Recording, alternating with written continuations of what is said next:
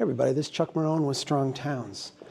I want to talk on my way home today about Vision Zero, right? Vision Zero is, I think, in an ideal world, like a great idea, right?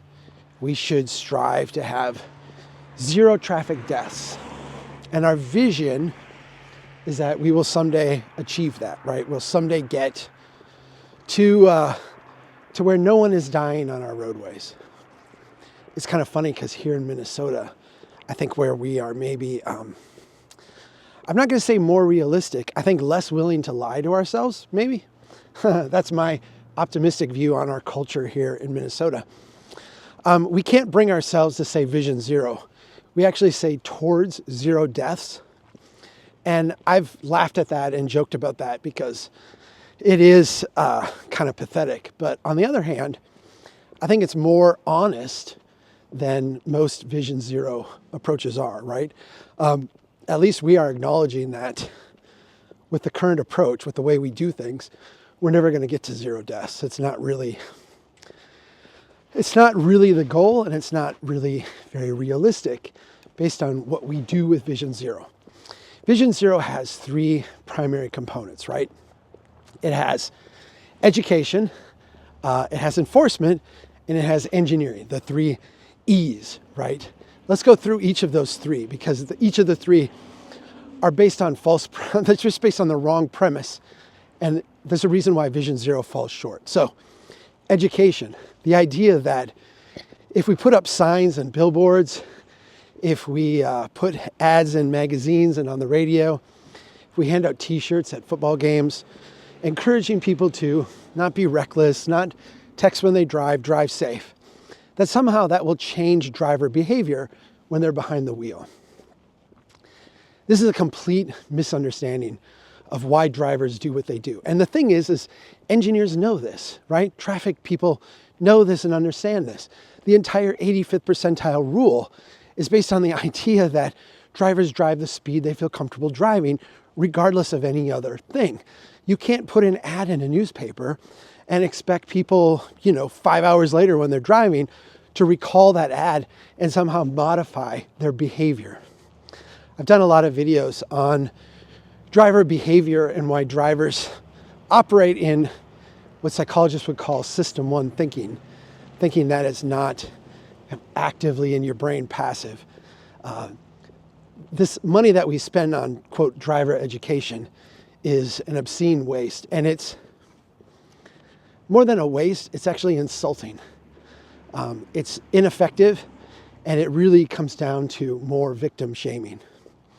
Let's look at the second part, enforcement. I am a small town guy. I have, former military. I don't have any beef with the police. I understand their role in society. But let's just be clear. Their role in society is not to improve traffic safety. Traffic safety has never been, at least the enforcement of traffic rules, has never been about improving traffic safety. There is no correlation. There's no connection between increased enforcement and traffic safety. And that's because almost everybody, almost every day, if they drive any amount, breaks a ton of traffic rules. Traffic enforcement is always arbitrary. It's always random, it's always arbitrary, and it doesn't change driver behavior. Basically, through Vision Zero, we're paying for a lot more police overtime, a lot more traffic stings, a lot of the kind of stuff that we really need to do away with when it comes to traffic and traffic safety. Number three, engineering. Let's be really clear about what this is. This is just another funnel to channel money to engineering departments to do bloated projects. Most Vision Zero projects are just more padding, more control of intersections, more buffers, more of the same kind of rotten mentality that has made our roads dangerous in the first place. Engineers will apply for this stuff as kind of like the sweetener on projects that they're doing. Let's get out and fix this intersection. Let's go out and fix this crossing. Let's go out and fix this thing. In a sense, making up for or compensating for the bad design that was there in the first place. A lot of this stuff costs more to build and more to execute on than just designing it to be safe in the first place. But again, we're stuck in that engineering mentality of wider, straighter, smoother, flatter is better. It's better for traffic flow, but it's not better for safety. So Vision Zero has, again, I think in an ideal world, this is exactly what we should be after, zero deaths. We should be trying to reduce things down to zero deaths. What it's actually become is a way to funnel more money into existing programs in a way that is proving to not really decrease deaths at all. It's basically more of the same. And because of that, Vision Zero is a massive disappointment in my book.